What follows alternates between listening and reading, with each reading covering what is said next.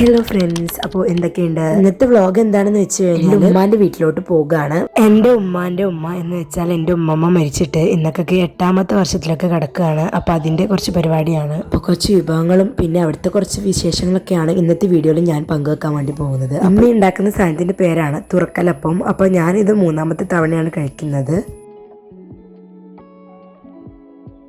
അങ്ങനെ അതൊക്കെ റെഡി ആയിക്കൊണ്ടിരിക്കുകയാണ്. ഇനി ഇത് ഉണ്ടാക്കി കഴിഞ്ഞിട്ട് ഇത് നേരെ പൊരിക്കണം. അപ്പം ഞാൻ എടുത്തിട്ട് കാണിച്ചു തരാം കേട്ടോ. ഇതേപോലെയാണ് അത് ഉണ്ടാവുക. ഇനി നമുക്കത് പൊരിച്ചെടുക്കാം.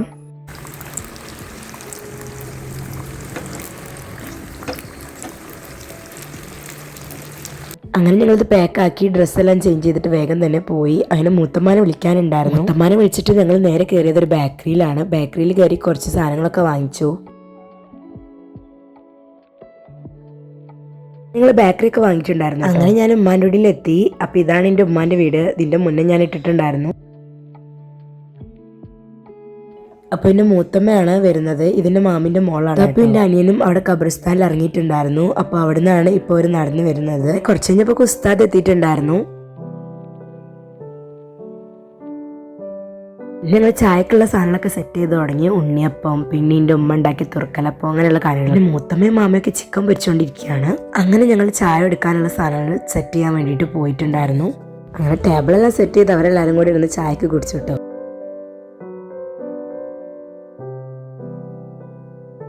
ഇതിൽ ബിരിയാണിയാണ്. ബിരിയാണി ചെമ്പാണ് കൊണ്ടുപോകുന്നത്.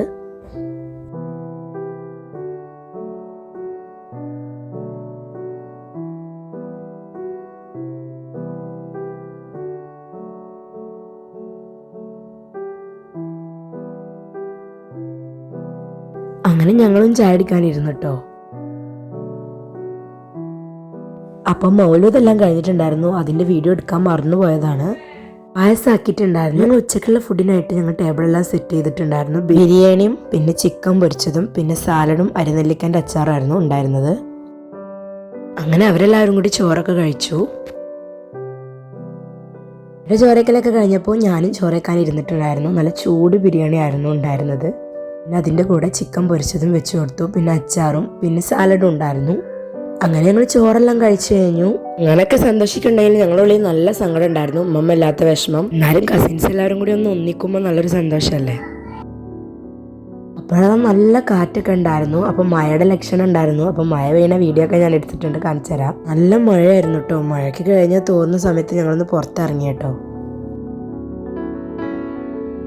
പിന്നെ മൂത്തമ്മ ചായ ആക്കി തന്നിട്ടുണ്ടായിരുന്നു. പിന്നെ അത് കുറച്ച് കഴിഞ്ഞപ്പോൾ വീണ്ടും മഴ പെയ്യാൻ തുടങ്ങി. അങ്ങനെ ഞങ്ങൾ ചായയൊക്കെ കുടിച്ചു കേട്ടോ. പിന്നെ അയൽവാസിൻ്റെ വീട്ടിൽ നിന്ന് സ്റ്റാർ ഫ്രൂട്ട്സ് കൊണ്ടുവന്നിട്ടുണ്ടായിരുന്നു. അതും ഞങ്ങളിരുന്ന് കഴിച്ചു. കുറച്ച് കഴിഞ്ഞപ്പോൾ ഞങ്ങളെല്ലാവരും കൂടെ ഒന്ന് പുറത്ത് പോയി കേട്ടോ.